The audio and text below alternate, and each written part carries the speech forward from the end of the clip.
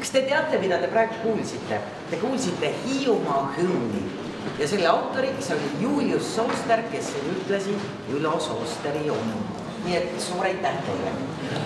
Aga alustame siis väikese avamistseremooniaga. Eesti Ajaloomuuseum on ääretult õnnelik, et meil on võimalik väärikas suurhildihoones näidata ühte väga väärikat näitust.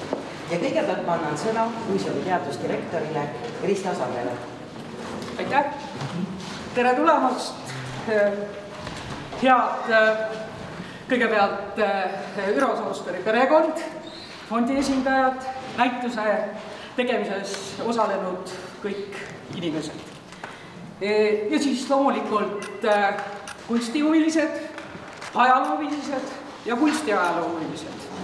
Kõigepealt lubage mul siis edastada tervitused Ajaloomuuseumi juhilt Jaanus Rohumaalt, kes erinevalt Ülo Soosterist saab täitsa oma soovi ja tahte kohaselt viibida kodumaast eemal. Et sellega siis on tänusõnad ja tervitused tema poolt edastatud. Aitäh ja tere! Aga siit jätkates siis Ajaloomuuseumil on kahtlemata väga suur au, et me saame olla, ütleme niimoodi aasta, mis võiks kuuluda Ülo Soosterile, selle siis avaürituse käima lükkajaks. Ja just tutvustada seda perioodi, mis siis siin üleval eespool nimetatud 3 distsipliini kokku võtab. Nii elu kui ajalugu kui kunsti. Ja mulle isiklikult on eriti just viimasel paaril aastal eriline rahuldustunne, kui me toome siia saali midagi, mis meenutab siin seina taga oleva asutuse sellist kuritegelikku minevikku, olevikku ja tulevikku. Aga selliste pessimistlike või kurbade sõnadega ei taha ma lõpetada, vaid lõpetaks kogu selle näituse mõtte, et tegelikult olgu need elusakid, millised nad on, nagu nad siin ka näitusel on kujutatud, siis tegelikult armastus võidab. Ja tere tulemast meie näitusele ja aitäh veel kord tegijatele.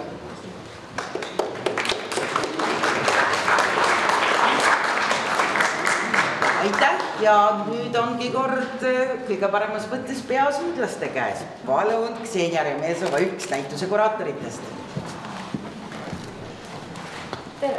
Alustan natuke vene keeles, et suht tänu ma tahaksin öelda Soosteri Foundation ja Елени Еве и Михаилу отдельно за доверенность этот проект и Тена за этот ценный опыт работать с такими рисунками. Ja siis edasi, kui Ülo Sooster õppis laagris minu emakeelt, siis ma proovin rääkida tema emakeelt. Ja minu kui avantgard kunsti uurija, see on Ülo Sooster tähenduslik näide avantgardi kunstnikest. Tema alalised otsingud, loomingu ja elu kokkukuuluvus, tema kunsti suunatus tulevikku, need on kõik omadused, mis määratlesid kohaliku ja maailma modernismi arengut. Selles kontekstis Ülo Sooster on oluline nimi. Algusest peale meil oli selge, et see pole piisav, et me näetame ainult laagri joonistustes. Ja siis see on tavaline praktika Gulagi näitustes, see on eraldi Gulagi kunsti. Aga meile tundus, et Ülele see ei sobi. Tahtsime teha tema täisportreet. Nagu ka paljud teised, Arete riitsi ta oma loomte ühes kindlas etapis. Etapis pärast Hiiumaa ja Tartu, millel tal oli nii palju loomingu energiat. Selles mõttes, kui algasid stalinilikud repressioonid, laagrist sai lihtsalt tema uus loomingu periood.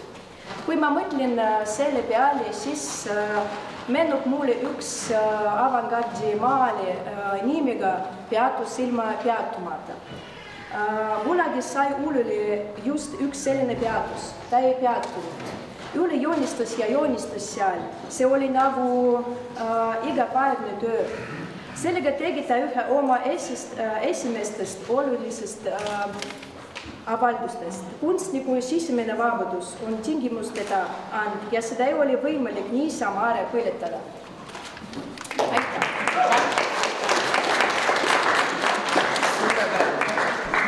Ja nüüd palun, Enno Sooster, sa oled ametlikult kirjas kui kuraator, nii et peab paar sõna ütlema.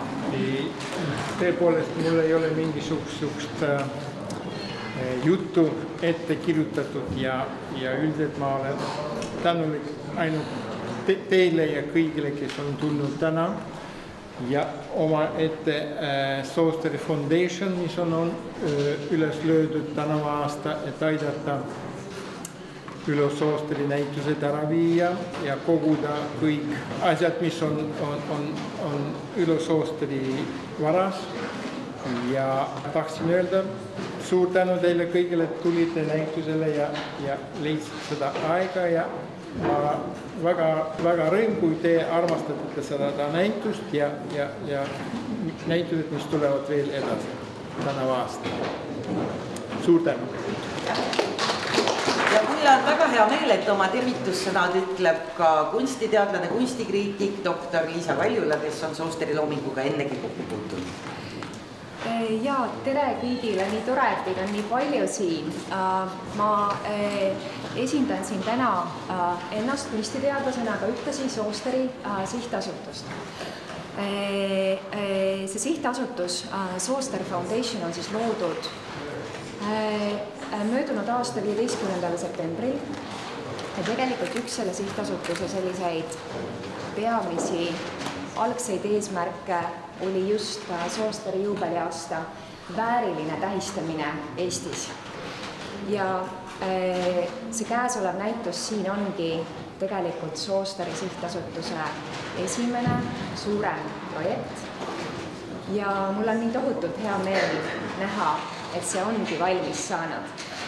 Nii et me tegelikult täna on siis selle Sooster 100 juubeliaasta avalöök.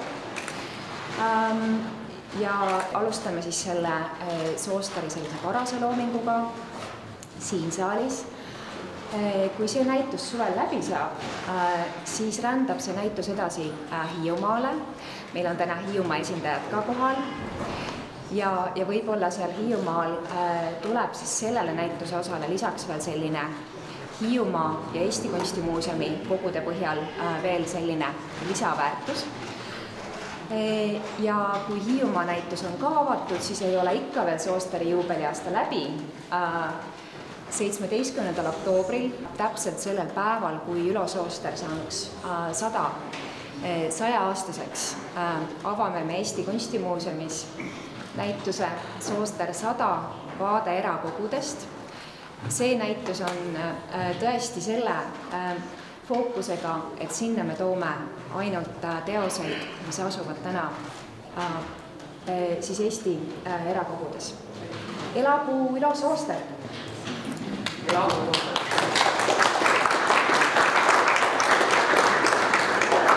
Aga ma tahtsin öelda paar sõna veel seoses sellega, et homme on naistepäev.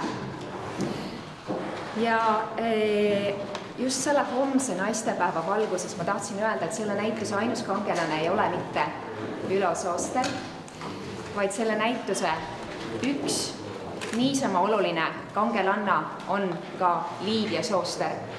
Naine, keda Ülo kohtas siis Nõukogude vangilaagris Karagandaas 1954. aastal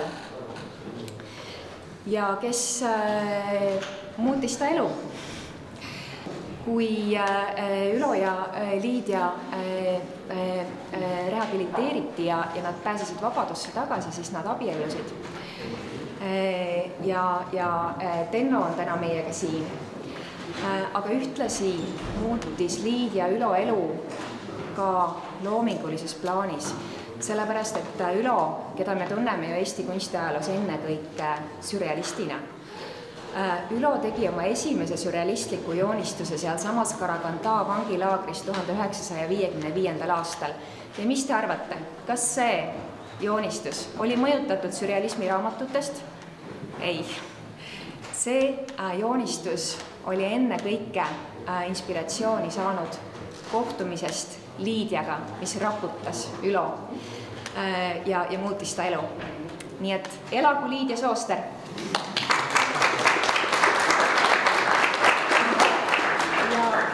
tahaksin kuraatoritele anda ka lilled nende suurepärase eesti keele eest.